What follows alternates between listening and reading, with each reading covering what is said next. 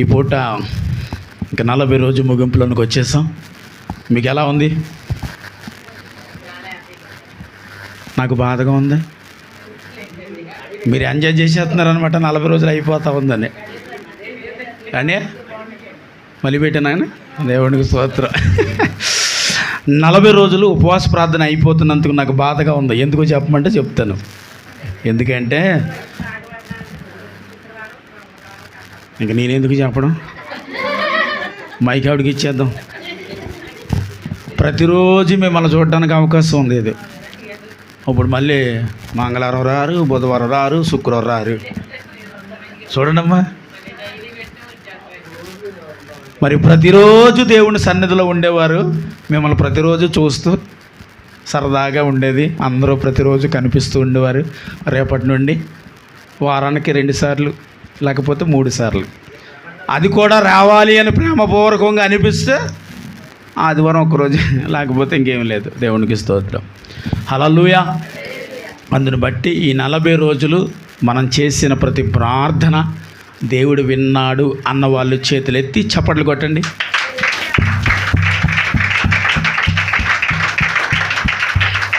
Okay, ఖచ్చితంగా మనం చేసిన ప్రార్థన ప్రభు విన్నారు. దానికి తగిన ప్రతిఫలం మనకు వస్తుంది. కాకపోతే రావాలి అంటే మనం కూడా దేవుని సన్నిధిలో చేసిన ప్రార్థనకు తగినట్టుగా మనం కూడా ప్రకాశించాలి. ఏం చేయాలి? ప్రకాశించాలి. ప్రకాశం వచ్చిందా మనలా? దయచేసి వచ్చిందని చెప్పండి బాబా. రాలదన్నారు కాక. హల్లెలూయా. ఆ ప్రకాశమైన వెలుగు, ఆ తేజస్సు, ఆ మహిమ మనలో కనిపించాలి. 40 రోజులు మరి ప్రయాసం అంటే మాటలేటండి. ఎన్ని పనులు పక్కన పెట్టి, ఉద్యోగాలు పక్కన పెట్టి, వ్యాపారాలు పక్కన పెట్టి, చదువులు పక్కన పెట్టి రావడం అంటే, ఈ ముందుగా పిల్లలైతే తెగ నలిగిపోయారు తెలుసండి. 40 రోజులు వాళ్ళకి ఎగ్జామ్లో పొగుడుతున్నాను. ఏం కాదు, మీకు కంగారు పడ, మీకు సపోర్ట్ చేస్తాను అప్పుడప్పుడు. ఎప్పుడు తిడతానంటే డన్, థమ్సప్. హల్లెలూయా. వీరైతే ఒక పక్క నుంచి ఎగ్జామ్లు ఉన్నా కానీ, రాయాల్సిన పనినున్నా, ఫెయిల్ అయిపోయినా పర్లేదని వచ్చి ఏం చేసుకున్నారు? ప్రార్థనలో ఏకీపించారు. ఎందుకంటే వారి దృష్టి దేవుని పట్ల ఉంచారు. ఇలాంటి వాళ్ళు ఎప్పుడు దేవుని సన్నిధిలో ప్రకాశించెదరుగాక. ఆమేన్. ఒకసారి చూడండి, మీ వాక్యాన్ని తెరవండి. బైబిల్ అందరూ తెరిచి ఉంచారా? దానియేలు గ్రంథం తీయండి అందరూ. Page number 744. దానియేలు 12వ అధ్యాయము 3వ వచనాన్ని ఒకసారి చదివి ఈ వాక్య భాగాన్ని ముందుకు తీసుకుని వెళ్దాం. Page number 744. ఎవరు తెరిస్తే వారు చదవడానికి ప్రయత్నించండి. తెరిచారు, అందరూ తీశారు, ఎవరు తీయడం మానలే. అయ్యా, బుద్ధిమంతులైతే ఆకాశ మండలములో జ్యోతులను పోలిన వారై ప్రకాశించదు. ఆమేన్ చెప్పాలి. నీతి మార్గము అనుసరించి నడుచుకొనినట్లు ఎవరు అనేకులను త్రిపుదురో వారు నక్షత్రములను నిరంతరమును ప్రకాశించెదరు. చప్పట్లు కొట్టేసాను. నామని మహిమపరచాలి. ఇప్పుడు హల్లెలూయా. అద్దండి, వాక్యం చదివే దమ్మంటే అది. అలా చదువుతున్నారు మీరు. మీ స్వరం అలా ఉండాలి. నాకు మైక్ ఎట్టుకుంటేనే అరలేకపోతున్నాను. మైక్ లేకుండా అరిచేశారు ఆయన. మీరు కూడా అలా ఉండాలి. ఓకేనా? మీ వాక్యం చదువుతూ మైక్ అవసరం లేదన్నట్లుగా ఉండాలి. హల్లెలూయా. ఇప్పుడు ఇక్కడ ఏమంటుంది దేవుడి వాక్యం అంటే, ఈ వాక్కు ద్వారా దేవుడు మనందరినీ బలపరచునుగాక. ఆమేన్. ఇక్కడ వాక్యం ఏమంటుందైతే, బుద్ధిమంతులైతే ఆకాశములో జ్యోతుల వలె జ్యోతులను పోలి ప్రకాశించెదరు. ఎవరైతే? బుద్ధిమంతులైతే ఆకాశంలో నక్షత్రము ఎలా ప్రకాశిస్తుందో అలా ప్రకాశించాలి. దేవుడు అంటున్నాడు, వారు ఎవరయ్యా ప్రకాశించేవారంటే బుద్ధిమంతులు. ఆమేన్. హల్లెలూయా. అయితే ప్రతి ఒక్కరూ ప్రకాశించాలి. ప్రకాశించాలంటే ముందు మనము బుద్ధిమంతులము కావాలి. ఎవరి దగ్గర? దేవుని దగ్గర. దేవుని దగ్గర మనము బుద్ధిమంతులమై ఉంటే ఆయన మనల్ని ఎలా పోల్చాడంటే ఆకాశంలో ఉన్న నక్షత్రములతో పోలుస్తూ ఉన్నాడు. ఇదిగో ఆకాశముల నక్షత్రములు చూడు, అవి ఎలా ప్రకాశించుచున్నాయి, అలా మీరును చెప్పరేమి, ప్రకాశించాలి. ఆమేన్, హల్లెలూయా. కిందకెళ్ళి చదవండి. నీతి మార్గమును అనుసరించి నడుచుకున్నట్లు ఎవరు అనేకులను త్రిప్పుదురో వారు నక్షత్రముల వలె నిరంతరమును ఎప్పుడు చెప్పండి, వారు ఎప్పుడు ప్రకాశిస్తారు. ఎప్పుడు చెప్పండి, వీరు ఎప్పుడు ప్రకాశిస్తారంట? నీతి మార్గములో ఎంతమందినైతే త్రిప్పుతారో వారు. త్రిప్పటం అంటే ఏంటి ఏమండి? ఆమేన్, అంతే. దేవుణ్ణి చూపించటం, దేవుణ్ణి ఒక వ్యక్తికి పరిచయం చేయటం. దేవుడు అనగా యేసుక్రీస్తు ప్రభువుని ఒక కుటుంబానికి పరిచయం చేయడం, లేకపోతే ఒక వ్యక్తికి పరిచయం చేయటం. ఇక్కడున్న మనందరికీ ఎవరో క్రీస్తుని పరిచయం చేశారా లేదా అండి? చేశారు లేదా? ఎవరు చేయకుండా మనం యేసుని తెలుసుకోలేదు. ప్రతి మనిషి ఒక వ్యక్తి ద్వారా విని వచ్చినవాడే. అయితే అలా ఎవరైతే త్రిప్పుతారో, అలా ఎవరైతే త్రిప్పబడతారో, ఆ త్రిప్పబడిన వ్యక్తి కొరకు అంటున్నారు, వారు ఎలా ఉంటారంట? నిరంతరమును, చెప్పాలి సార్, నిరంతరం ఎలా ఉంటారు? వారు ప్రకాశించుచున్న నక్షత్రముల వలె ఉంటారు. హల్లెలూయా.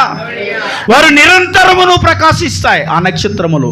మనిషిని అంటున్నాడు, నీవుని అలా ప్రకాశించాలి. ఆమేన్, హల్లెలూయా. అంటే ఒక మనిషికి మనం ఏం చేయాలని ఇక్కడ అర్థమవుతుంది ఇప్పుడు అంటే, ఖచ్చితంగా దేవుణ్ణి మనం పరిచయమే చేయాల్సిందే.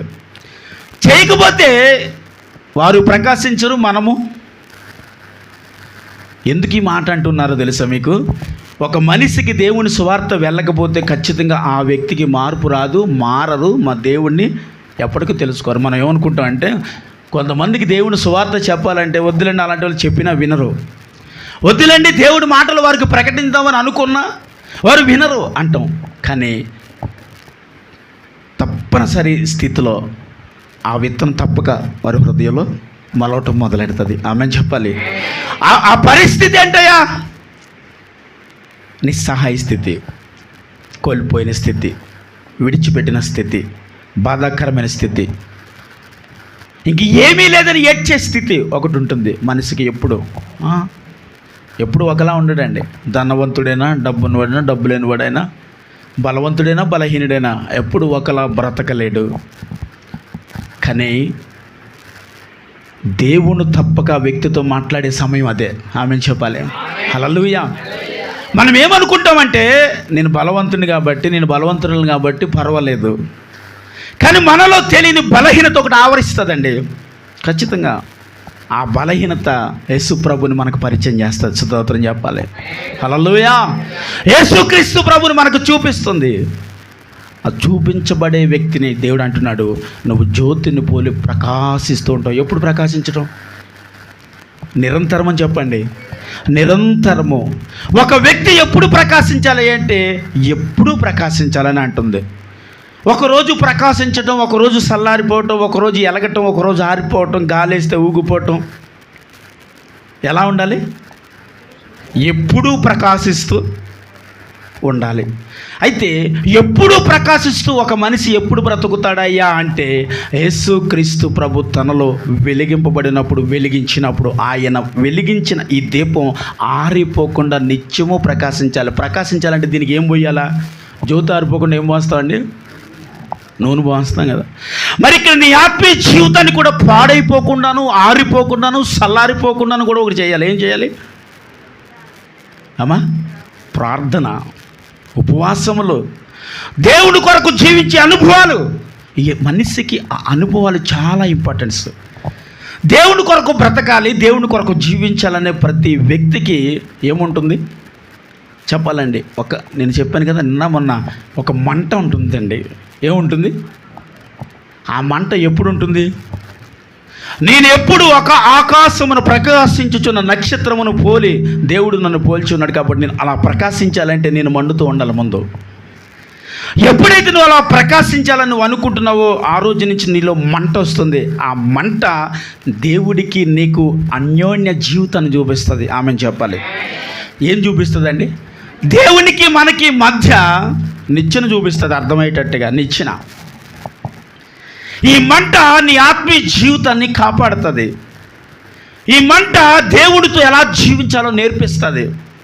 ఈ మంట దేవునితో ఎలా ఉండాలో నేర్పిస్తుంది. ఈ మంట లోకంలో ఎలా బ్రతకాలో నేర్పిస్తుంది. ఇదే మంట కుటుంబంలో ఒక వ్యక్తి ఎలా బ్రతకాలో కూడా నేర్పిస్తుంది. ఈ మంట నేను అంటాను యేసుక్రీస్తు ప్రభువే. ఆమేన్ చెప్పాలి. హల్లెలూయా. ఏంటయ్యా ఈ మంట అంటే యేసుక్రీస్తు ప్రభువే. ఆ మంట మండుతున్నప్పుడు ఏమవుతుందంటే అక్కడ ఆ స్థలమంతటిలోనికి ఒక వెలుగు ప్రకాశిస్తుంది. వస్తుందంటారు కదా, చెప్పాలి. ప్రకాశించినప్పుడు వెలుగు వస్తుందా? చీకటిలో ఒక క్యాండిల్ వెలిగించామనుకోండి, ఖచ్చితంగా క్యాండిల్ వెలుగు కనిపిస్తుంది. అదే వెలుగులో వేస్తే అది అంతగా మనకి కనిపించదండి. అది చీకటిలో వెలుగునప్పుడు మాత్రము ఆ స్థలమంతా వెలుగు ప్రకాశిస్తుంది. ఎక్కడో ఉన్న వ్యక్తి కూడా దానిని చూడగలడు. ఆమేన్.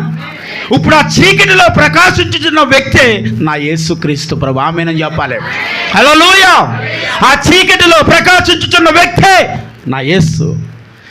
అయితే ఆ చీకటిలో ఉన్నది ఎవరయ్యా అంటే మనమే. ఈ చీకటిలో బ్రతుకుతున్న మన జీవితానికి ఆయన క్యాండిల్ వెలిగింపబడ్డాడు. కాబట్టి మనందరము ఆయన చూడాల్సిందే. హల్లెలూయా. ఇప్పుడు ఇశ్రాయేలు ప్రజలు అరణ్యములో ఒకరోజు ప్రయాణం చేసేటప్పుడు దేవుడి మీద సొనుగుకున్నారు. వారు దేవుడి మీద సొనుగుకున్నప్పుడు అక్కడ ఏం జరిగిందంటే సర్పాలు కొన్ని ఆ ప్రజలందరినీ కరిచివేసినాయి. ఏం చేసినాయి? కరిచివేసినాయి. చాలామంది చచ్చిపోతున్నారు. మోసే ఏడుస్తున్నాడు, అహరోను ఏడుస్తూ ఉన్నాడు. యో ప్రభా ఏంటి ఈ భయంకరమైన సర్పాలు ఏంటని ఏడ్చేస్తున్న సమయంలో దేవుడు ఒక అద్భుతం వారి జీవితంలో జరిగించాడు. ఏంటయ్యా ఆ అద్భుతం అంటే ఒక ఇత్తడి సర్పమును చేయించి ఒక రాటను పాతి ఆ సర్పాన్ని ఆ రాటకు పెట్టమని చెప్పాడు. ఎవరైతే ఆ సర్పం వైపు చూస్తారో వారు బ్రతుకుతారు అని చెప్పింది. ఆమెను చెప్పాలి. ఏంటంట? ఆ సర్పం వైపు ఎవరైతే చూస్తారో వారు ఏం చేస్తారంటండి?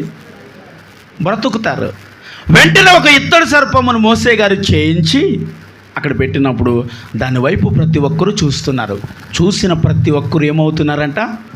బ్రతుకుతున్నారు. అంటే చనిపోయిన వ్యక్తి మరలా సర్పం వైపు చూసి బ్రతకటం ఏంటి? ఎందుకంటే మనకు ఆయుస్సు ఇచ్చిన దేవుడికి అంటే ఈ సర్పం ఏమి గొప్పదేమి కాదు. ఇదిగో ఆయన వైపు చూసిన ప్రతి ఒక్కరూ నశింపక ఆ సర్పంతో పోల్చబడ్డాడు యేసుక్రీస్తు ప్రభు. తెలుసా మీకు? సర్పముతో పోల్చబడ్డాడండి. ఎవరు? యేసుక్రీస్తు ప్రభు. ఆ సర్పముతో, విష సర్పంతో దేవుడు పోల్చబడ్డాడు. ఎవరైతే ఆ సర్పం వైపు చూసారో వారందరూ ఏం చేశారంట? బ్రతికారు. అయితే కొత్త నిబంధనలకు వచ్చేసరికి ఆ సర్పం యేసుక్రీస్తు ప్రభు అయ్యాడు. మనందరము చనిపోయే స్థితిలో ఉన్నప్పుడు, చనిపోయే స్థితి అంటే ఆత్మీయంగా చనిపోయే స్థితి, భౌతికంగా కాదు. ఆత్మీయంగా మనందరము చచ్చిపోని స్థితిలోనే ఉన్నాం. కాదనగలమా మనం? ఆత్మీయంగా మనం చచ్చిపోయాం కాబట్టి యేసయ్య సిలువ మీద వేలాడాడు. సిలువ వైపు మనం చూసాం కాబట్టి ఆ రోజు నశించిపోయిన ఇశ్రాయేలు ప్రజలు బ్రతుకున్నట్లుగా మళ్ళీ మనం ఈరోజు బ్రతకగలుగుతున్నామని చెప్పాలి. హల్లెలూయా. అయితే యేసుక్రీస్తు ప్రభు సిలువ వేయబడినప్పుడు ఎవరైతే ఆ సిలువ వైపు చూశారో వారందరూ ఏమయ్యారంట? బ్రతుకుతున్నాం. ఎక్కడ బ్రతికారు? బ్రతుకుతున్నాం. ఇప్పటికీ యేసుక్రీస్తు ప్రభు సిలువ వైపు చూస్తున్న ప్రతి ఒక్కరు ఏం చేస్తూ ఉన్నారంటే బ్రతికి బయటకు వస్తున్నారు. ఎక్కడి నుంచి? పాతాళము నుండి బయటకు వస్తున్నాం. నిత్య జీవమునకు నిత్యనిగా మార్చిన యేసుక్రీస్తు ప్రభు ఆ ప్రకాశించిన తేజోమయుడి దగ్గరికి ఈరోజు మనం రావటానికి ఆయన ఆ దినము సిలువ మరణమే. ఆమేన్ చెప్పాలి. హల్లెలూయా. ఇప్పుడు ఆయన ఏం చేస్తున్నాడంటే ప్రకాశించుచున్నాడు. ఆయన వైపు చూస్తున్న మన అందరము ఏం చేయబడాలి? మనము ప్రకాశించాలి. అంటే మరి మనం ఎలా ప్రకాశింపబడుతున్నాం? మనం ప్రకాశింపబడగలుగుతున్నాం అంటారు అసలు? లేకపోతే ఆరిపోతున్నామా? ఆత్మీయంగా చాలామంది జీవితాలు ఆరిపోయి ఎలా ఉన్నాయి? ఆరిపోయి చల్లగా అయిపోయినాయి. అంతగా వాక్యం అంటుంది కదా, ఉంటే వెచ్చగానే ఉండు, లేదా నన్ను వెచ్చని వేడిగా ఉంటే నేను నీ ముఖము మీద ఉమ్మూస్తాను. ఆ మాట చదువుతూ భయం వేసింది. నీ ముఖం మీద నేను ఉమ్ము వచ్చేదను అంటే దేవుడికి ఏం నచ్చలేదు? ఒక మనిషి ఎలా ఉంటే నచ్చలేదంటే ఇప్పుడు బ్రతికితే అగ్గిలో బ్రతుకు, లేకపోతే నీటిలో కలిసిపో, అంతే. బ్రతికితే దేవుని కొరకు బ్రతుకు, లేకపోతే లోకం కొరకు బ్రతుకు. దేని కొరకు బ్రతకాలి ఒక మనిషి అంటే క్రీస్తు కొరకు బ్రతకాలి అంటాను. ఆమేన్. ఎందుకు క్రీస్తు కొరకు బ్రతకాలండి? ఎప్పుడు చూసినా యేసయ్య కొరకు బ్రతకాలంటారు. ఇంక మేము ఎవరి కొరకు బ్రతకక్కర్లేదా? నువ్వెవరి కొరకు బ్రతికినా ఎవరు కడ వరకు నీతో ఉండేవారు అయితే కాదు. ఆమేన్. ఉంటారా? చెప్పాలి సార్, చెప్పాలమ్మా. నీతో ఎవ్వరు కడ వరకు ఉండరంట, ఆయన మారుతూ ఉంటాడు. ఒకవేళ మీరు నమ్మరేమో, ఇదేంటండి నేను చనిపోయిన తర్వాత నాతో ఎవరు లేకపోయినా యేసయ్య ఎలా ఉంటాడు? ఒకవేళ నువ్వు ప్రకాశించే వ్యక్తి అయితే అప్పుడు కూడా దేవుడు నీతో ఉంటాడంటాను. ఏంటండి? ఒకవేళ నువ్వు ప్రకాశించే వ్యక్తి అయితే ఆ చివరి సమయంలో, మరణ సమయంలో, మరణించిన తర్వాత యేసుక్రీస్తు ప్రభు మనతో ఉంటాడు. ఉండే స్థలంలో నువ్వు ప్రకాశిస్తావు. ఆమేన్ చెప్పాలి. హల్లెలూయా. ఈరోజు యేసుక్రీస్తు ప్రభు వైపు ఎంతమంది చూడగలుగుతున్నారంటే, ఎంతమందికి దేవుని మాట వెళుతుందో వారందరూ యేసయ్య వైపు చూడగలుగుతున్నారు. కాబట్టి ఈరోజు ఎంతండి? 75% ఈరోజు క్రైస్తవులుగా పిలువబడుతున్న వారు ఉన్నారు. ఆమేన్. హల్లెలూయా. అయ్యా నాకెందుకయ్యా నేను ప్రకటించలేను, నాకెందుకయ్యా నేను తెలియచేయలేను, నేను అలా ప్రకాశించలేను అనుకుంటే ఈరోజు ఎంతమంది ప్రకాశించదురంటారా? చెప్పండి. ఇంతమంది ఎలా ప్రకాశిస్తారండి? ప్రకాశించలేరు. ప్రకాశించాలంటే ముందు నువ్వు వెలిగింపబడ్డావు యేసయ్య చేత. ఎవరి చేత? యేసయ్య చేత వెలిగింపబడి నువ్వు అలా కరిగిపోతే వ్యర్థమేనా? కొవ్వొత్తు కరిగిపోతూనే ఉంటుంది, కానీ మనకి వెలుగునిస్తూ కరిగిపోతుంది. ఒక కొవ్వొత్తును పోల్చుకుంటే ఈరోజు మనం ఏం చేయగలుగుతున్నాం?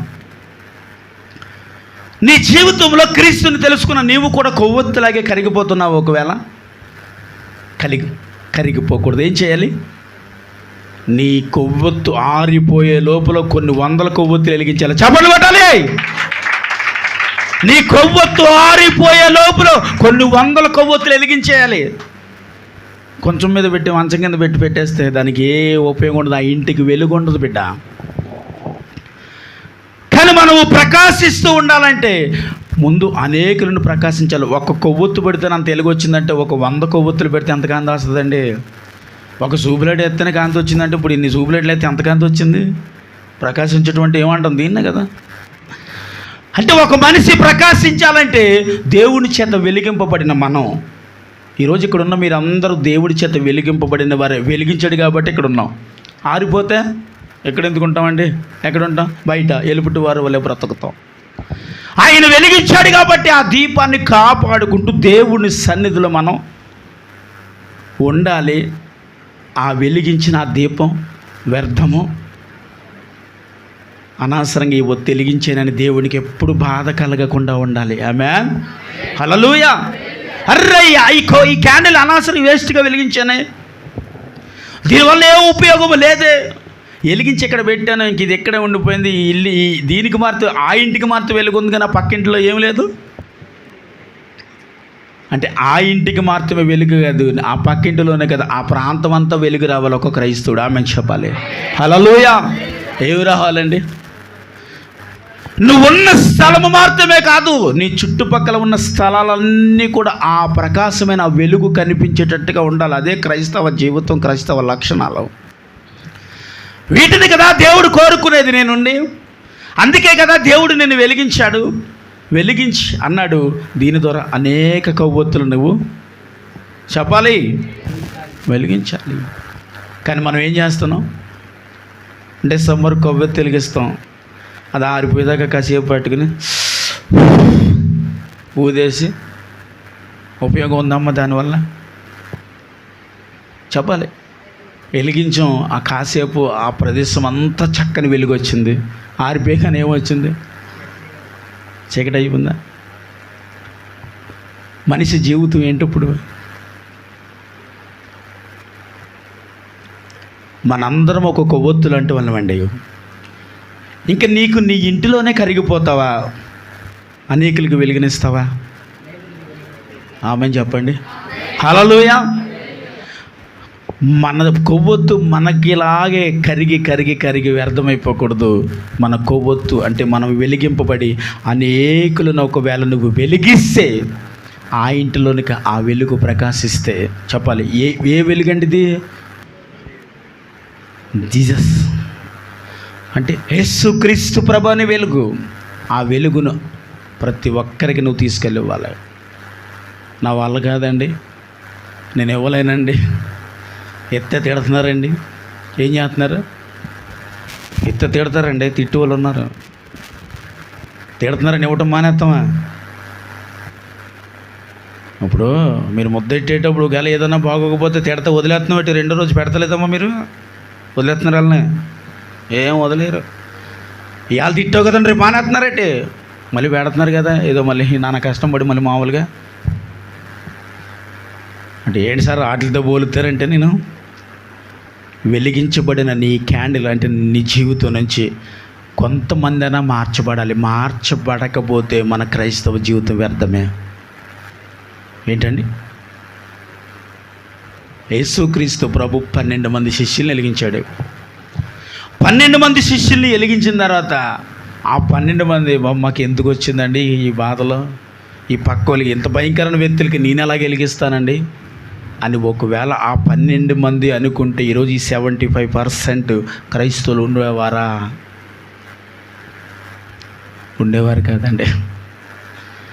ఇంతమంది ఈరోజు క్రైస్తవులుగా మారబడటానికి కారణం ఏంటంటే వెలిగింపబడిన ఆ 12 మంది ఎక్కడ సమయాన్ని పాడు చేసుకోక వెలిగిస్తూనే ఉన్నారండి. వాళ్ళ దేవుడికి స్తోత్రం చెప్పాలి. హల్లెలూయా.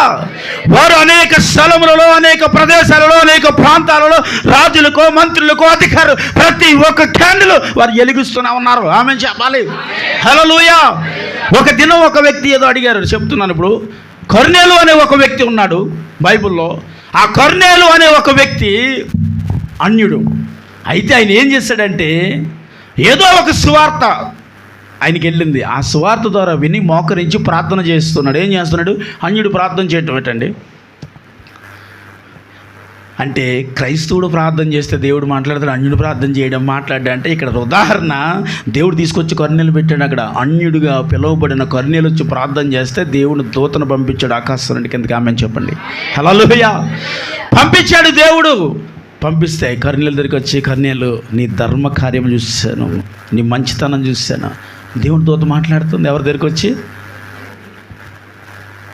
ఎంత ఆశ్చర్యకరం అండి. దేవుడు అంటే దేవుడు ఎవరిని విడిచిపెట్టువాడు కాదు కదా.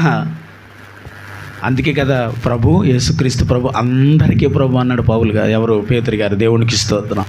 హల్లెలూయా.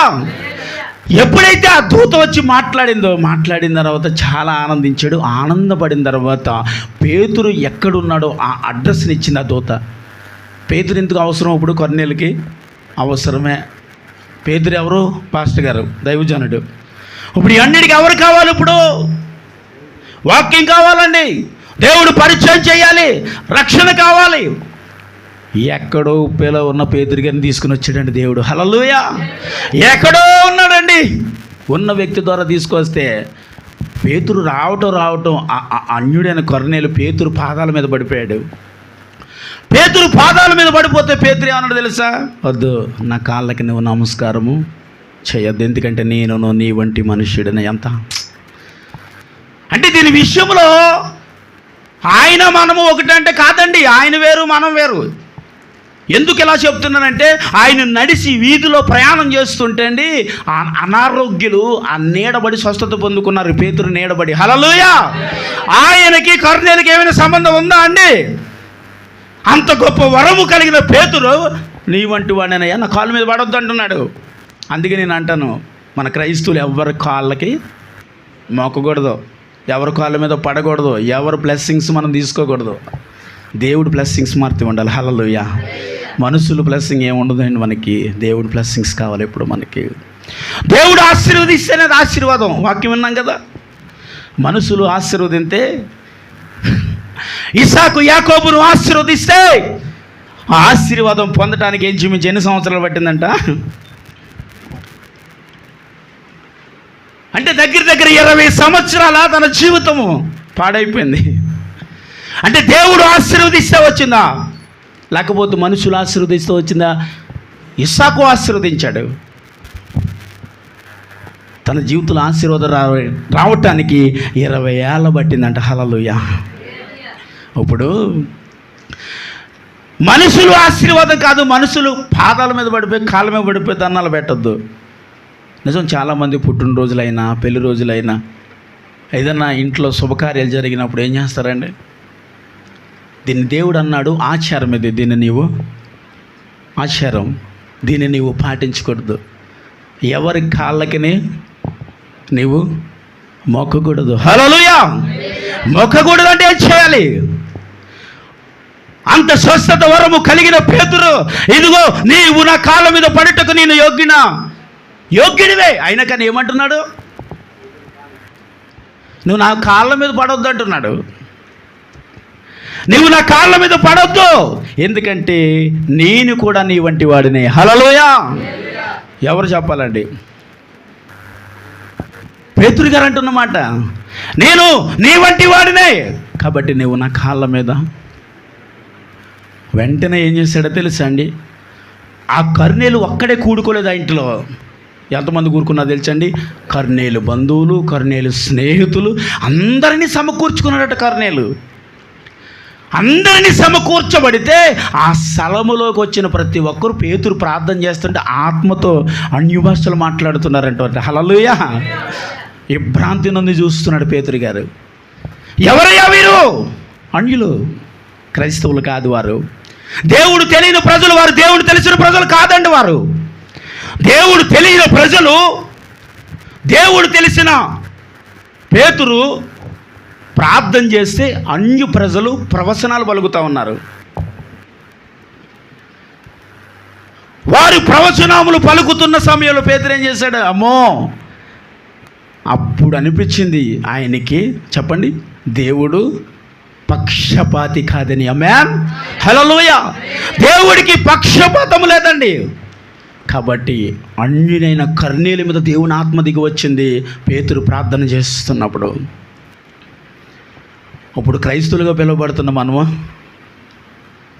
చెప్పాలి ఒకసారి.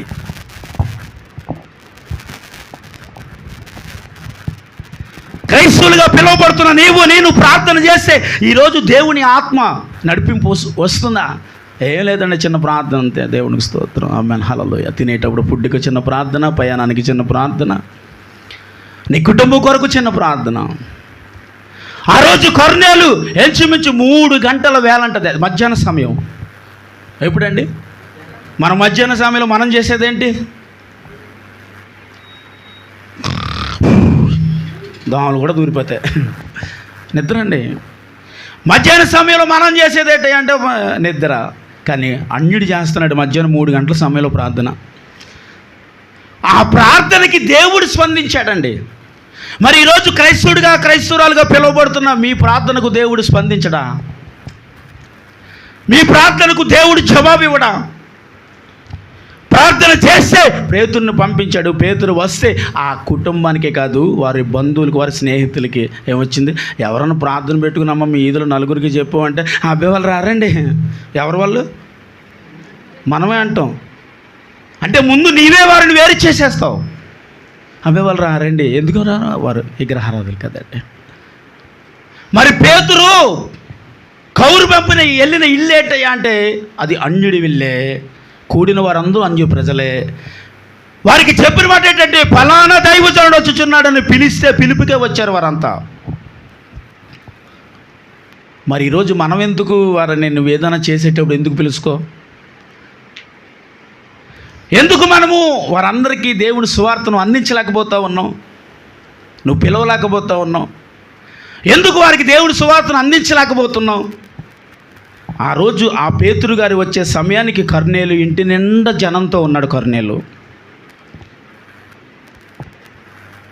దేవుని ఆత్మ కూడి వచ్చిన అన్యజనులు ప్రజలందరి మీద కుమ్మరింపబడిందంటండి. వారందరూ భాషలతో మాట్లాడుతుంటే అసలు దైవజనుడు పేతురు గారికి అంత ఆశ్చర్యం వేసిందంటే ఇక మనం ఏంటండి? వెంటనే వారందరికీ అక్కడ బాప్తిస్మని పేతురు. ఆమేన్. హల్లెలూయా. మరి ఇంతమంది వెలిగింపబడటానికి కారకుడు ఎవరయ్యా అంటే పేతురు కదా. అంటే ఈ భారం దైవజనుడికి ఒకడికే ఉంటుందా అండి? పేతురు చేసిన ప్రార్థన బట్టి కాదు. ఇప్పుడు నేను అంటాను, అన్యజనుడైన కర్నేలు పిలువబడినందుకే కదా అక్కడ అన్యజనులందరికీ రక్షణ వచ్చింది. ఈరోజు నువ్వు ఇలాంటి కార్యాలు చేసేటప్పుడు నీ బిడ్డలకి, నీ సంఘానికి మాత్రమే కాదు, ఈ సువార్త అన్యులకు కూడా తెలియబడాలంటే ముఖ్యంగా నీవు చేసే ఫంక్షన్లు వాళ్ళు ఉండాలి. ఆమేన్, హల్లెలూయా. ఇప్పుడే నేను సువార్త చేసి ఇప్పుడు అందరికీ చెప్పుకుని కౌరులు చెప్పుకుంటూ వచ్చినప్పుడు చివరి లాస్ట్లో ఒక సిస్టర్ గారు అంటున్నారు, మీరు పిలిస్తే మేము తప్పకుండా వస్తామండి, మేము పిలిస్తే మీరు రారుగా అంతే. నాకు వాసన వెళ్ళినట్టుంది బాబాయ్. నేను అన్నానా, అమ్మ నువ్వు ఎప్పుడన్నా పిలిచానన్నా అంటే పిలవలేదండి, మీరు రారు కదా, నేను నన్ను పిలుస్తూ వస్తానుగా. ఈసారి మీ ఇంట్లో ఏ ఫంక్షన్ జరిగినా, ఇంకేం ఫంక్షన్, మా అమ్మాయి పెళ్ళి అయిపోయింది, ప్రెగ్నెన్సీ అయింది, డెలివరీ అయిపోయింది, ఇప్పుడు పాపను మొన్నే పంపించింది ఆమె. సరే మరి నెక్స్ట్ ఎవరమ్మా, మనవడా మనవరాలు అని అడిగాను. మనవడు అంట, తప్పకుండా పెళ్లి చేస్తావు కదా, పెళ్ళికి బిల్లని చెప్పాను. హల్లెలూయా. ఇప్పుడు 5వ నెల అండి, ఇప్పుడు పెళ్ళి అంటే చాలా ఉందా. మనం అందరం కలిసే ఉంటాంగా, ఎందుకంటే ఆవిడకి సొంత ఇల్లు, మనకి సొంత ఇల్లు, ఎక్కడ ఉంటాం. దేవుడికి స్తోత్రం. అంటే ప్రతి ఒక్కరు ఇలా అనటానికి కారణం ఏంటో తెలుసండి, మనమే కేటాయించేసాం వాళ్ళని. వారు మనం పిలిస్తే రారండి అని మనమే కేటాయించేసి వాళ్ళని పిలవటం మానేస్తాం. కాబట్టి మన ఫంక్షన్లకు వాళ్ళు రావట్లేదు, వాళ్ళ ఫంక్షన్లకి వెళ్ళాలా లేదా? అప్పుడు మనం వెళ్తున్నారా లేదా? వెళ్తున్నారా? ఇలాంటి వాటికి చాలామంది వాక్యాన్ని విన్నా భయంతో అల్లాడిపోతున్నారు. ఇలాంటి పశువద్దు ఫంక్షన్లకి, దిన కార్యక్రమాలకి వెళ్ళట్లే. మీరందరూ వెళ్తున్నారా? స్తోత్రం చెప్పండి. పుల్లుగా తిని వచ్చేస్తున్నారా? స్తోత్రం, హల్లెలూయా. నిజం అండి, మనం వెళ్ళాలి, తీసుకురావాలి. వాళ్ళ దగ్గరికి మనం వెళ్ళాలి, వాళ్ళు మన దగ్గరికి. అప్పుడే వాళ్ళకి సువార్త అందుతుంది. ఆమె చెప్పండి, హల్లెలూయా. అబ్బాయి నేను వెళ్ళనండి, అన్యుడైన కర్నేలుకి నేనంటే సార్ వెళ్తాం అని దేవుడు అని ఉండాలి, క్షమించాలి, పేతురు అని ఉండాలి. అనలే, కానీ మనసులో అనుకున్నాడు, అన్యుల ఇంటికి పిలుస్తాం, మనం వెళ్ళటం పెట్టండి వాళ్ళ ఇంటికి వెళ్ళకూడదు, వాళ్ళతో సాంగత్యం చేయకూడదు. నీకు కూడా తెలుసా, పేతురు నిలబెట్టేశారు ఉన్న 11 మంది శిష్యులు. హే, అలాంటి యూదుడి ఇంటికి ఎందుకు వెళ్ళావు నువ్వు? అలాంటి ఇంటికి ఎందుకు వెళ్ళావు నువ్వు? అలాంటి వ్యక్తి ఇంటికి వెళ్ళకూడదు కదా, అలాంటి వ్యక్తితో మనం సాంగత్యం చేయకూడదు కదా. పేతురు అంటాడు కదా, నాయన మనం ప్రార్థన చేస్తే దేవుని ఆత్మ రావడం లేట్ అయిందేమో, కానీ వాళ్ళు ప్రార్థన చేస్తే దేవుని ఆత్మ ఎలా దిగి వచ్చింది? హల్లెలూయా. దేవుని ఆత్మ ఎలా దిగి వచ్చింది? చాలా బలముగా దిగి వచ్చింది. కాబట్టి దేవుడు పక్షవాతి కాదురా నాయన, అందుని బట్టి వారందరూ దేవుని బిడ్డలుగా పిలువబడ్డాడు. స్తోత్రం చెప్పాలి. అక్కడి నుంచే స్టార్ట్ అయింది మనకి. కాబట్టి దేవుని సువార్త అందాలి అంటే మొట్టమొదటిగా వారి మధ్యకి నువ్వు వెళ్ళాలి.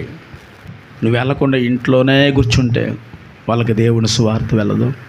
వాళ్ళకి దేవుని మాట తెలియదు, దేవుడు ఎవరో తెలియదు, సత్యం ఎవరో తెలియదు, దేవుడి కోసం వారు తెలియదు, తెలుసుకోలేరు, ఎప్పటికీ తెలుసుకోరు, నశించిపోతుంది తప్ప.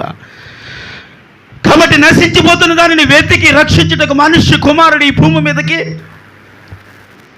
వచ్చాడని విన్నాడు. చూడాలని ఆశ ఉంది, కానీ పుట్టోడు చూడలేకపోతున్నాడు.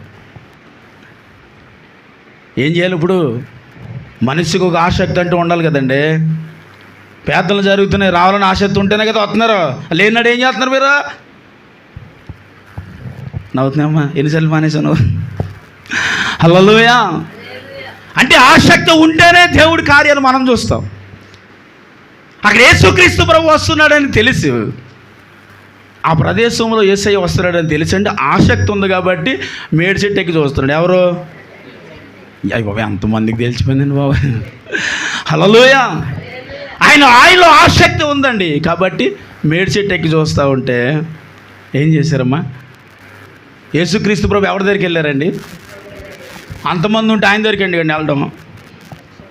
దారి పొడికి యేసయ్య వస్తుంటే చూడాలని చాలామంది ఉన్నారు అక్కడ.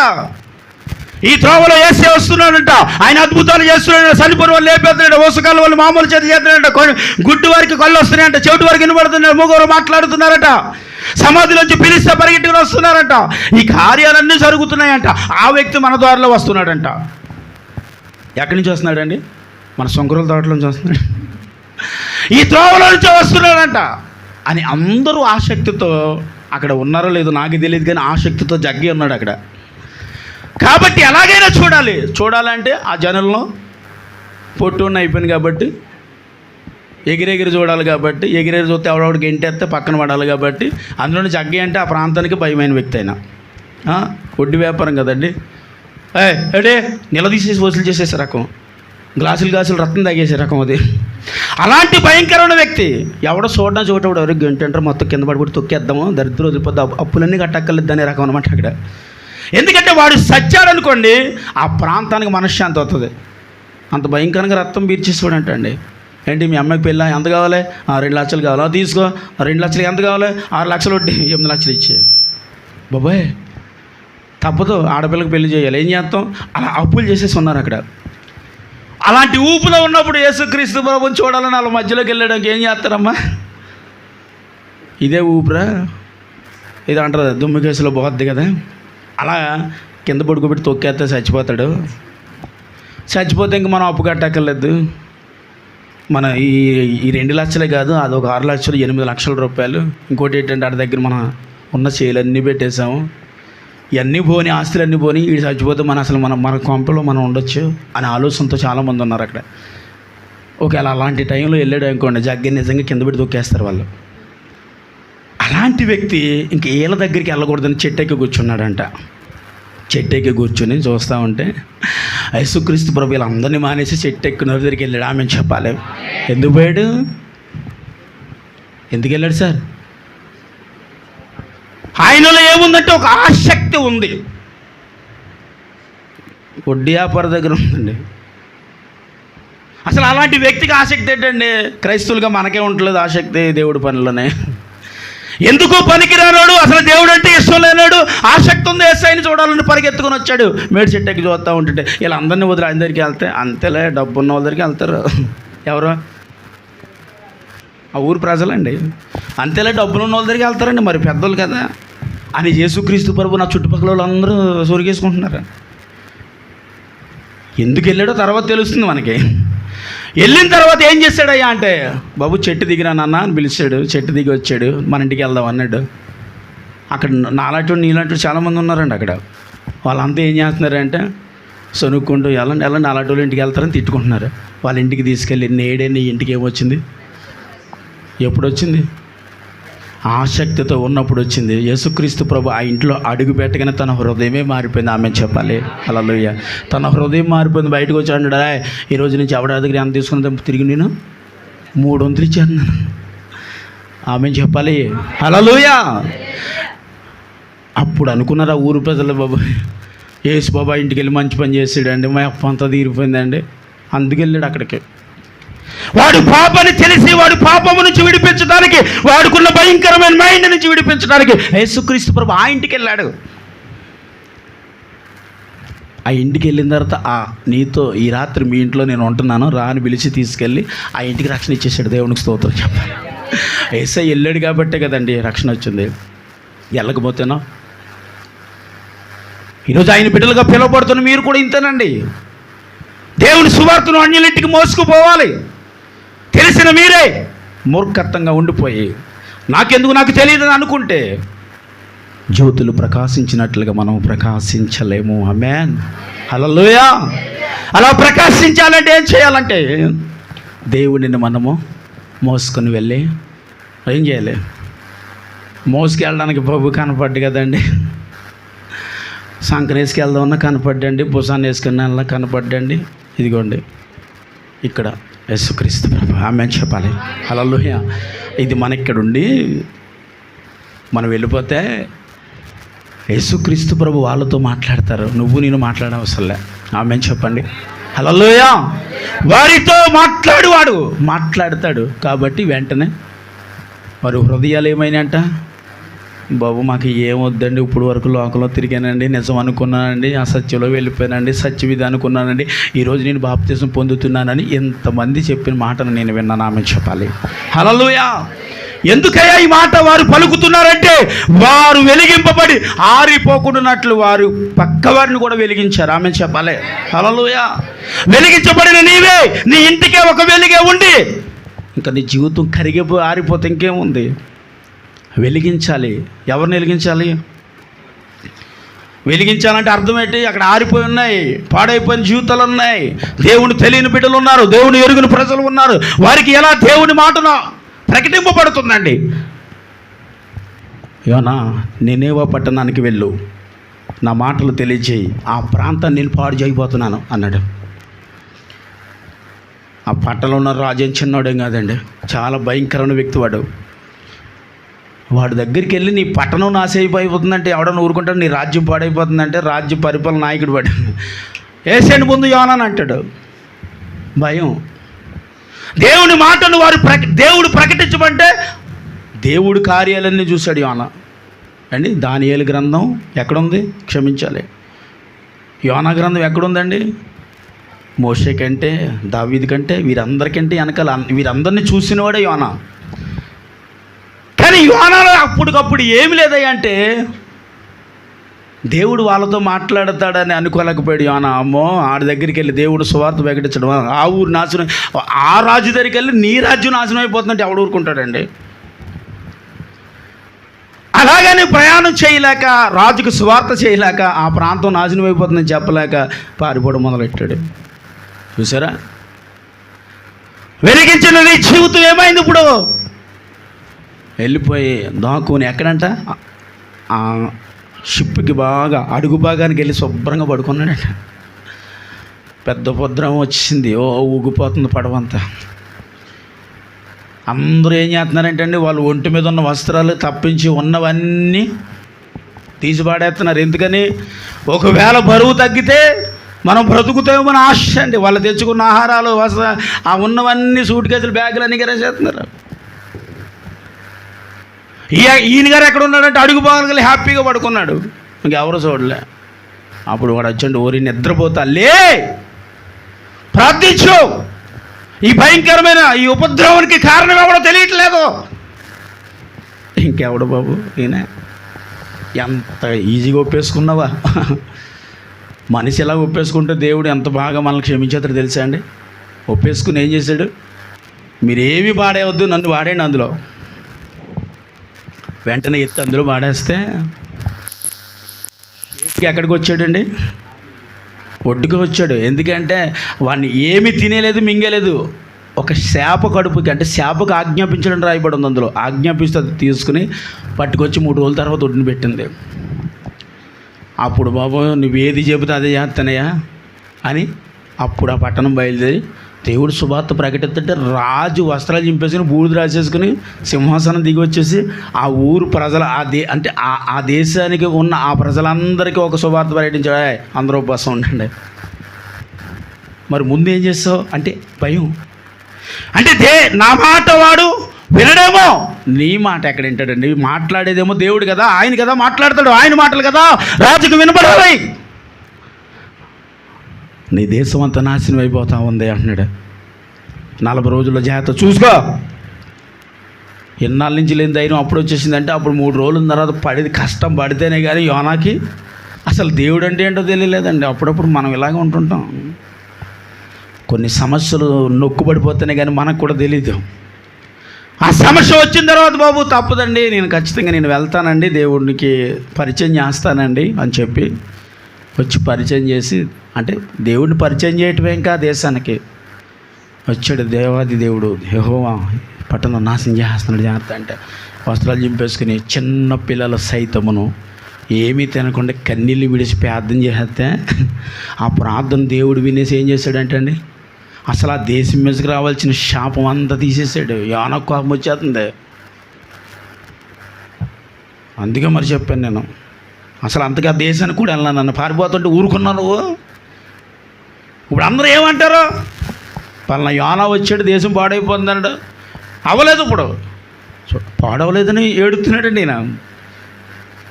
ఒరే నాయనా, వారు కుడి ఎడము ఎరుగుని ప్రజల వారు కాబట్టి వారు ఉపవాసం ఉండి ప్రార్థన చేస్తే నేను ఏం చేశాను?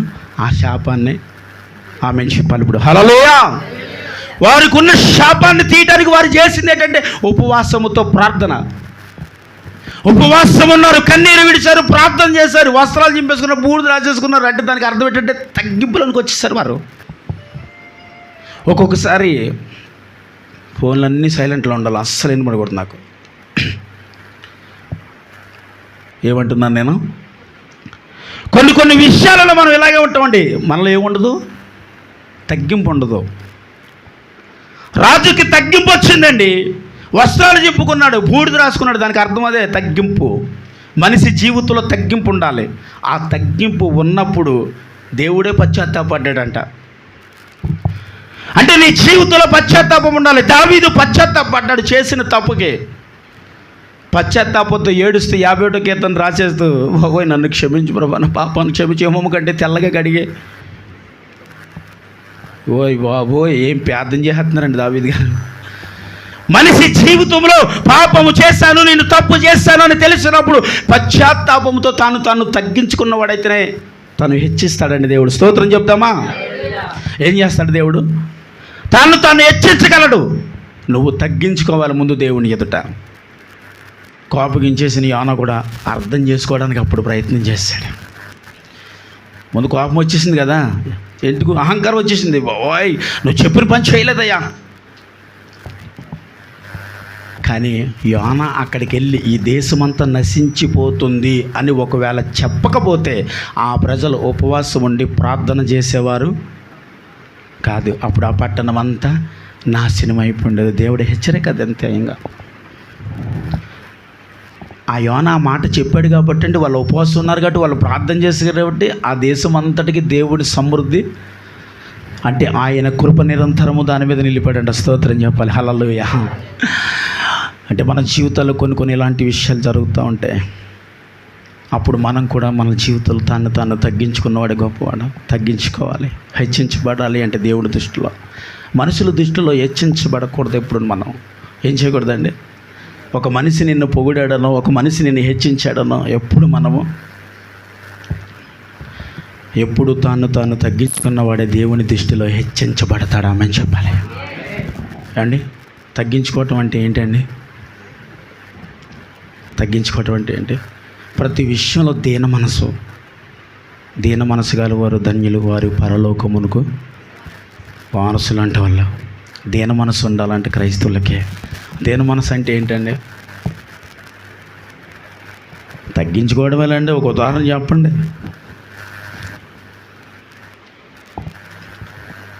ఉదాహరణ ఎలా చెప్పమంటారు అయ్యారు? ఇప్పుడు రైడెట్గా లైన్లో అడిగితే ముందు చెప్తే కొద్దిగా ప్రిపేర్ అయ్యండి. తగ్గించుకోవడం అంటే ప్రతి విషయంలో నిన్ను ఎదుటివారు ఏదైనా ఒక మాట అనేటప్పుడు తలదించుకుని వెళ్ళిపోవటమే. దేవుడి విషయంలో కాదండి, నీ విషయంలో. ఇదేంటండి చేయకుండా అనేసి ఎలా కుదురుతుంది? నేను చేయకుండా అనేసేవారు పర్వాలేదు, నిజం ఎప్పటికైనా. అప్పుడు వారు ఖచ్చితంగా పశ్చాత్తాపము పడక మానుతారా అంటారా?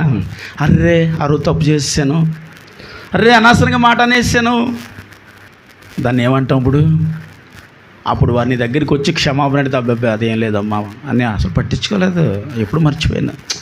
అబ్బా క్రైస్తవులు అంటే వీళ్ళేనండి అని ఎవరు చెప్పుకోవాలి ఇప్పుడు? ఆ ఊరు ప్రజలందరూ బాబోయ్ ఆయన ఇంటికి వెళ్ళటమే కరెక్ట్, వెళ్ళాడు కాబట్టి ఈరోజు ఆ ప్రజలందరూ ఆ రోజు దీపావళి చేసేసుకున్నారు వాళ్ళ దేవుని స్వాతంత్రం. నిజం, పండగ చేసుకున్నారు వాళ్ళందరూ ఆ రోజు. ఎందుకంటే మన అప్పులు కొట్టివేయబడినాయి. ఈ రోజు నుంచి మన శ్రమలు పోని, మన కష్టాలు పోని. ఇంకా మనం ఎవరికి అప్పు కట్టక్కర్లే. చెప్పండి సార్, జగ్గయ్య గారికి మనం ఇంకా అప్పు, మన పిల్ల కొని చేసిన అప్పు ఇంకా కట్టక్కర్లేదు. వేసే ఊర్లు అన్నాడు ఆ రోజు. అంతే, దేవునికి స్తోత్రం. గార్లి ఊర్లోనికి శుభ్ర పండుగ చేసుకున్నారు. అది మన యేసుక్రీస్తు ప్రభు ఒక స్టెమినర్. దేవునికి స్తోత్రం చెప్పాలి. ఆయన అడుగు పెడితే అలాంటి మారాల్సిందే. దేవునికి స్తోత్రం. హల్లెలూయా. కఠిన హృదయములు మారాలి, అంధకారములో ఉన్నవారు మారాలి. యేసుక్రీస్తు ప్రభు మాట వింటే భయంకరమైన సౌలే పౌలుగా మారిపోయాడండి. దేవునికి స్తోత్రం చెప్పాలి. దేవుని మాట కదా ఎలాంటి వారిని మార్చేది, మన మాట కాదండి. కాబట్టి మనం తప్పక అన్యుల విషయాలు ఎలా ఉన్నాం చెప్పాలండి. మా ఇంటి పక్క నేను ఫంక్షన్ అయింది మొన్న. వాళ్ళ అబ్బాయికి ఎంగేజ్మెంట్ జరిగింది. వాళ్ళ అక్కగారు, వాళ్ళ బావగారు, వాళ్ళ పిల్లలు ఎవ్వరు రాలేదు ఆ ఫంక్షన్కి. మేమిద్దరం వెళ్ళాం, అమ్మగారు నేను వెళ్ళాం ఫంక్షన్కి. భోజనాలకి వెళ్ళాం, భోజనాలు చేసాం కదమ్మా. ఆ రోజు జంక్షన్, విజయవాడ జంక్షన్ ప్రార్థనకి వెళ్ళినాడు, గుర్తుందండి? మనం జంక్షన్కి వెళ్ళాం ప్రార్థనకి. ఆ రోజు వాళ్ళ ఇంటికి వెళ్ళి మేము భోజనం చేసేస్తే అక్కడ అన్యజనులు అందరూ చూశారు మమ్మల్ని. హాస్టల్ భోజనానికి వస్తారు ఇలాంటి భోజనాలకి అని అడుగుతున్నారు. అదంతా అయిపోయిన తర్వాత ఆయనే అన్నాడు, ఏమండి మా సొంత మరదలు అంటే వాళ్ళ ఆవిడ చెల్లెలండి, మా మరదలు మా తోడల్లుడు వాళ్ళ బిడ్డలు కూడా మాకు ఉమ్మేట ఎక్కలేదు ఈ నిశ్చితార్థం ఫంక్షన్కి, మీరు వచ్చారు. నేను అనుకున్నాను అసలు క్రైస్తవులు అంటే ఇంతేనేమో దేవుడిని నమ్ముకుని అందరూ ఎలా ఉంటారని అనుకున్నాను అన్నాడు. అంటే మనమే అన్యుల ఎదుట దేవుడిని అన్యాయమైన వ్యక్తిగా నిలబడేస్తున్నాం. అప్పుడు అన్నాడమ్మో, క్రైస్తవులు కూడా ఎలా ఉంటారండి, ఇంత మంచిగా ఉంటారా, మాతో కలిసి మీరు రావటం, మాతో కలిసి భోజనం చేయటం, అప్పుడే దేవుడు నామానికి మహిమ. అబ్బాయి నేను రానండి, నేను తిన్నండి, దినం భోజనానికి వెళ్ళనండి, నిశ్చితార్థం భోజనానికి వెళ్ళనండి, పెళ్లి భోజనానికి వెళ్ళనండి, ఎక్కడికి వెళ్ళకు నువ్వు, ఎవడో నీ కొంపకు రాడు. దేవుడికి స్తోత్రం. ఎవడు అక్కర్లేదండి, నా సంఘం ఉంటే చాలు దేవుడు ఉంటే. మళ్ళీ ఇదొకటి అంటే మనమేమనుకుంటాడు, అయ్యి బాబు దేవుడు అంటే ఎంత విశ్వాసం అండి, దేవుడు అంటే ఎంత విశ్వాసమో కాబట్టి ఎవరు అక్కర్లేదు అంటుంది, దేవుడు ఉంటే చాలండి. నీ ముఖం దేవుడు ఉంటే చాలు, దేవుడు ఉంటే చాలని అసలు దేవుడే ఎవరికి ఇవ్వట్లేదు, నువ్వు దాచేసుకుంటున్నావు అంతే. హ్యాండ్ బ్యాగులు పెట్టి ఎక్కడికి వెళ్ళేటాడు, బయటికి వెళ్ళేటాడు ఏం చేస్తున్నాడు, ఎక్కడ పెడుతున్నావు బైబిల్? స్త్రీలరా బైబిల్ ఎక్కడ పెట్టి తెస్తున్నారు? ఈరోజు చర్చిలో ఎన్ని హ్యాండ్ బ్యాగులు ఉన్నాయి చూడండి. అయ్యో అక్కడ ఒకటి ఇక్కడ ఒకటి. అమ్మగారి బ్యాగ్ అది, అదిగో సారమ్మ గారి బ్యాగ్.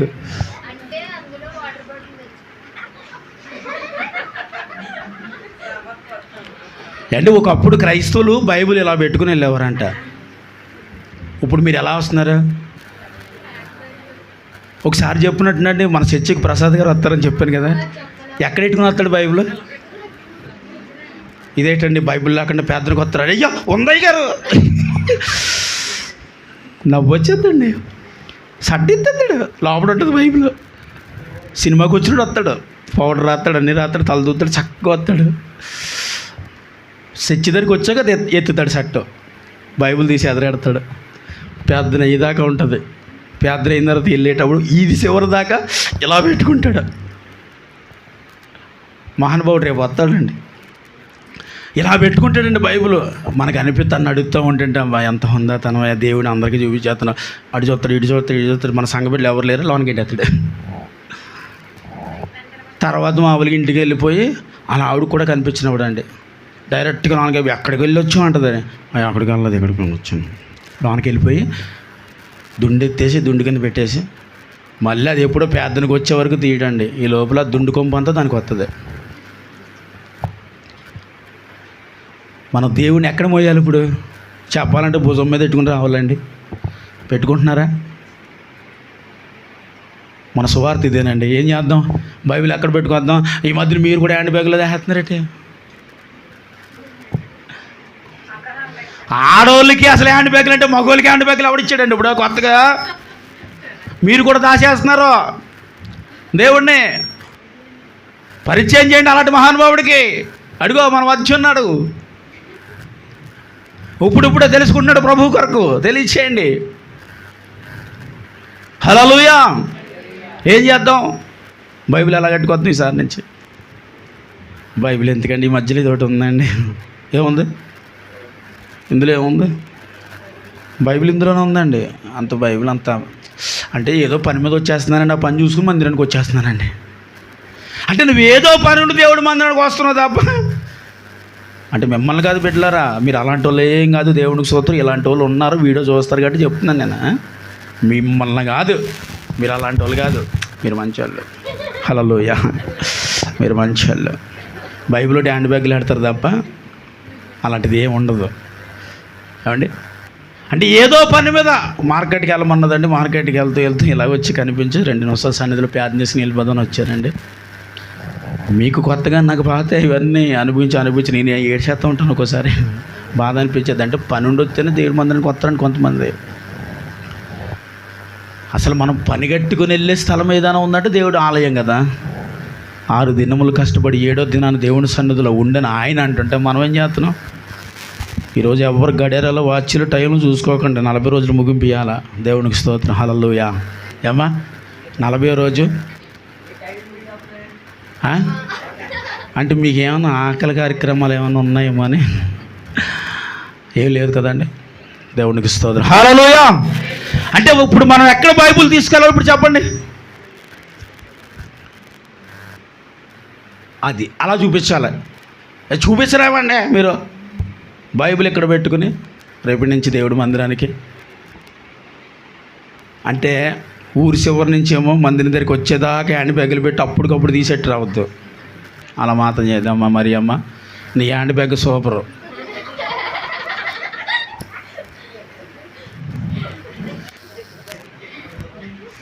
కాసేపు సరదాగా నవ్వుకుందాం, పాప రోజు ఏడుతున్నాం కదా. కొత్త హ్యాండ్ బ్యాగ్ కొందాం. యేసుబాబు గారు రేపు నెల పెన్షన్లో అమ్మగారికి హ్యాండ్ బ్యాగ్ తీసుకోండి. కార్యక్రమం రేపే కదండి, 30 ఎల్లుండు. అర్రే ప్రార్థన టైంకి హ్యాండ్ బ్యాగ్ లేదు ఆవిడకి. రేపు ఫంక్షన్ కదండి, ఆ టైంకి పాప హ్యాండ్ బ్యాగ్ ఉంటే ఎంత బాగున్నాను. ఇప్పుడు మన అందరూ రేపు ఫంక్షన్ టైంకి ఎన్ని కొనుక్కున్నాం. అన్నీ నిజం చెప్తుందండి, చీ అనిపించేసుకుంటుంది. హల్లెలూయా. నిజమే చెప్పాలండి, అన్ని అబద్ధాలు చెప్పకూడదు. బైబిల్ చదివితే చదివారు అంటది, ప్రార్థన చేస్తే చేశాను అంటది, లేకపోతే చేయలేదు అంటది. నేను ఎలా ఉన్నాను అలా ఉన్నాను డైరెక్ట్గా చెప్తుంది, ఒప్పుకుంటుంది. ఒప్పుకున్న వాళ్ళే ధన్యులు. ఆమె లేదండి అయ్యో బాబు, నేను అసలు బైబిల్ చదవడం మంచం దిగానండి. అసలు బైబిల్ మొహమే చూడరు. బైబిల్ చదవకుండా వీళ్ళు కిందకి దిగరంట. ఒక వ్యక్తి మాచర్ల నేను ప్రార్థనకి వెళ్ళాం, చాలా రోజులు అవుతుంది. ఒక 9 మంది పాస్టర్స్ వెళ్ళాం, అందరూ వెళ్ళాం. ఆ రోజు ఏమైందంటే మా పాస్టర్ గారు త్వరగా లేవాలి, ఈరోజు అందరూ సువార్త చేయాలి. చాలా ఆ ఊరంతా చాలా పెద్ద మీటింగ్ పెట్టామండి. ఆ రోజు చెప్తే ఆ రోజు బేగా లేగాలంటే అందరూ లేచిపోయి మేము అందరూ లేచి ప్రార్థన చేసి చిన్న ప్రార్థన చేసేసుకుని అందరూ మీరు రెడీ అవుతుంటే ఒకళ్ళు లేచి అరే ఫోన్ వచ్చింది పాస్టర్ గారిలో చూడంటే అసలు ఫోన్ ముట్టుకొని అన్నయ్య ప్రార్థన కళ్ళు తెరుతలేదు, ఫోన్ రింగ్ అవుతుంది. అబ్బాయి లేదన్నయ్య ప్రార్థన చేసి బైబిల్ చదువుతారు కానీ ఫోన్ మాట్లాడిన ఎవరితో మాట్లాడినాడు. అలా ఇలాంటి వాడు చాలా మంచివాడు, చాలా గొప్పవాడు అనుకున్నానండి. జస్ట్ రూమ్లోకి వెళ్ళి బట్టలు మార్చుకుని టవల్ కట్టుకుని ఆ రూమ్లోంచి బయటకు వచ్చేసరికి ఫోన్ మాట్లాడేస్తున్నాడు. అదేంటంటే ప్రార్థన అయిపోయింది, బైబిల్ అయిపోయింది, నేను బట్టలు మార్చే లోపల వీడికి. ఎన్ని వచనాలు చదివరా? జస్ట్ 2 వచనాలు అన్నయ్య. నీ ముఖమేం కదా, క్యాలెండర్లో వచనాలు చూసే చదివా బతుకు సరిపోయింది వీళ్ళకి. ఈ మధ్యలో క్యాలెండర్లు కొట్టేస్తున్నావా? పొద్దున్న లేవగానే సెంటిమెంటు కళ్ళు మూసుకొని వెళ్ళి ఏలంటే ఆ రోజు ఆ వాక్యం చదవతాం, దేవుని స్తోత్రం మంచి వాక్యం ఇచ్చాడు, యెహోవా నిన్ను ఆశీర్వదించును గాక అని వచ్చిన ఆమె. నీ ద్రాక్ష ఫలము ఫలింపలేదని వస్తే ఏం చేస్తావు? నీ అంజూరపు పండ్లు ఏమొస్తా, ఈరోజు వాక్యం బాగాలేదు, ఎక్కడ పరిగెట్టేస్తారా? క్యాలెండర్లో వాక్యాలు చూసేసి మారుతాం, ముందుకు వెళ్ళిపోతాం అక్కడ మీ జీవితాల్లో. అమ్మా రోజు పొద్దున్న లేచి క్యాలెండర్ ఎందుకంటే అలా పెడతాం, అది చూసి జస్ట్ ఏదో చదువుకుని ఆనందించండి. అంతేగాని దానికే ఫిక్స్ అయిపోయి ఇంక అదే ఆ రోజంతా వాక్యం ఇదే నా జీవితానికి అనుకుంటే మన జీవితానికి అది సరిపోదు, మన దేహం చల్లారిపోద్ది, ఆరిపోద్ది. మన దేహం చల్లారకూడదు, వెలుగుతూ మండుతూ ప్రకాశిస్తూ ఒకరి నుంచి ఒకరికి ఏమాలి, ట్రైన్ భోగిల్లా ఉండాలి. దేవునికి స్తోత్రం. ఎలా ఉండాలి చెప్పండి? సింగిల్ భోగిలు వెళ్ళిపోతుంటే చూసారు కుర్రని, అలా ఉంటాం మనం. ఒక్కోసారి సింగిల్ ఇంజిన్ వెళ్ళిపోతుంటుందండి. ఏంటి లేవటంటే ఆ ఇంజిన్ అది ఎప్పుడు ఇంజిన్ లాగే ఉంటామండి. ఇంజిన్కి భోగిలు తగిలించాలి, అప్పుడు ప్రయాణం చేయాలి, అప్పుడు పట్టాల మీద బండి వెళ్తూ ఉంటుంటే దానికి ఒక లుక్ ఉంటుంది. క్రైస్తవ జీవితంలో నీవు ఒకరి నుంచి ఒకరు వెలిగిస్తూ ఉండాలి. క్రిస్మస్ చేస్తాం, క్యాండిల్ వెలిగిస్తాం కదా, ఒక కొవ్వొత్తిని పెట్టి అన్ని కొవ్వొత్తులు వెలిగిస్తూ ఉంటాం కదా. ఎందుకు? నిన్ను బట్టి అనేకుల హృదయంలో ఆ వెలుగు ప్రకాశించాలని విశ్వాసం. వెలిగించి ఆరిపోతే సుఖం లేదండి, ఆ విశ్వాసం పరిపూర్ణత కావాలి, ప్రతి దినము నీ హృదయంలో ఉండాలి. అప్పుడు ఏమవుతుందంట, ఆకాశమును ప్రకాశించుచున్న నక్షత్రముల బోలి నువ్వు ఉంటావు అంటున్నాడు. ఆమె చెప్పండి హల్లెలూయా. ఏముందండి? ఆకాశములో ప్రకాశించుతున్న నక్షత్రము ఎలా ఉందండి? ఎలాంటి వెలుగుతో అది ప్రకాశించుచున్నదండి. ఆ ప్రకాశం ఈరోజు మీ ప్రతి ముఖాలలో కనిపించాలి. ప్రతి ఒక్కరు జీవితంలో ఆ వెలుగు ఉండాలి. ప్రతి ఒక్క ఇంటిలో వెలుగు ఉండాలి. ప్రతి ఒక్కరు భర్తలో, భార్యలో, పిల్లలు, తల్లిలో, తండ్రిలో ఆ వెలుగు ఎప్పుడు ప్రకాశిస్తూ ఉండాలి. చెప్పండి కొట్టండి. ఆ తేజోమయము, ఆ వెలుగు, ఆ ప్రకాశమైన కాంతి నీ కుటుంబంలోనే కనపడకపోతే ఇతరుల కుటుంబంలో ఏం వెలిగిస్తామండి మనం? ముందు మనం ప్రకాశించాలి. నీ భార్య ప్రకాశించాలి, నీ భర్త ప్రకాశించాలి, నీ బిడ్డలు ప్రకాశించాలి. ప్రకాశించాలంటే దేవుడి సన్నిధిలో మార్కెట్కి వెళ్తూ రాకూడదు, మంగళ షాపుకి వెళ్తూ రాకూడదు, పెళ్ళికి వెళ్తూ, పేరంటాలకు వెళ్తూ దేవుడి మందిరానికి రాకూడదు. పని కట్టుకుని దేవుడి మందిరానికి రావాలి. ఏదో పని ఉంటే మందిరానికి వెళ్ళకూడదు, పని కట్టుకుని దేవుడి మందిరానికి వెళ్ళాలి. అది లెక్క. దేవుని ఆలయమునకు పోయేవారు ఆసక్తి కలిగి రావాలి. ఆసక్తితోటి చెట్టు ఎక్కాడు కాబట్టి రక్షణ వచ్చింది. అసలు ఆసక్తి అనేది లేకపోతే అక్కడ అంతమంది ప్రజలు ఉన్నప్పుడు ఆయనకే రక్షణ ఎందుకు వచ్చింది? ఆ కుటుంబానికి. అంతేనండి. ఆయనలో ఏముంది? అది. కాబట్టి రక్షణ వచ్చింది. హల్లెలూయా. కాబట్టి మన జీవితంలో కూడా ఒక ఆసక్తి. ఏంటి ఆసక్తి? నేను మార్పు చెందానండి, మారు మనసు పొందానండి, రక్షణ పొందానండి, చాలండి బాబు, నా జీవితం ఇంకేమొద్దు, నా కుటుంబం బాగుందయ్య గారు అంటే ఉన్న కుటుంబాల్లో పేతురు గారు అలా అనుకున్నాడండి, యోహాన్ గారు అలా అనుకున్నాడు, యాకోబు గారు అలా అనుకున్నాడు. వీళ్ళందరూ ఎవరు అలా అనుకోలేదండి. వారందరూ ఏం చేశారండి? దేవుని కొరకు అత్తసాక్షులు అయిపోయారు. స్తోత్రం చెప్పాలి.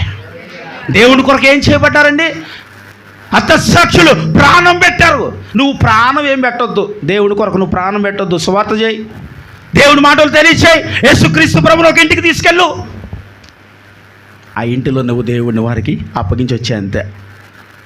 ఇదేంటండి అప్పగించి రావడం ఏంటండి? ఎలా అప్పగించాలండి? వెళ్తాం, వెళ్ళి పిన్ని గారు రాత్రి సీరియల్ ఏమైంది, రాత్రి ఎపిసోడ్ ఏమైంది, వీటి కోసం మాట్లాడకూడదు మనం.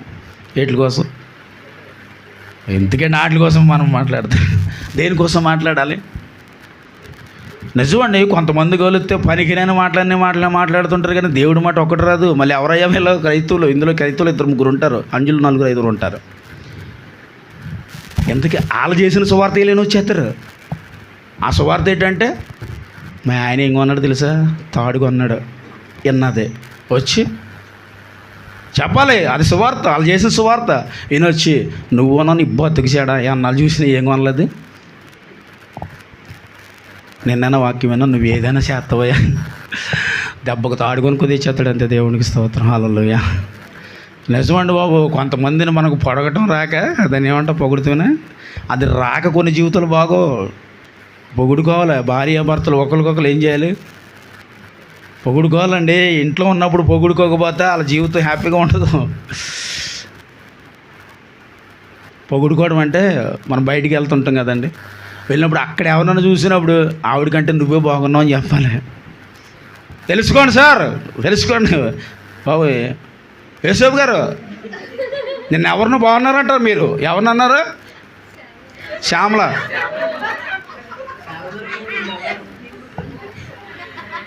మామగారికి ఎంత కోపం వచ్చింది తెలుసా? నీ దుంపదే కానీ ముట్టేస్తుంది. శ్యామల. మనం అలా పొగడకూడదండి. ఒకవేళ పొగడాలని ఉదయంలో పడుకోండి.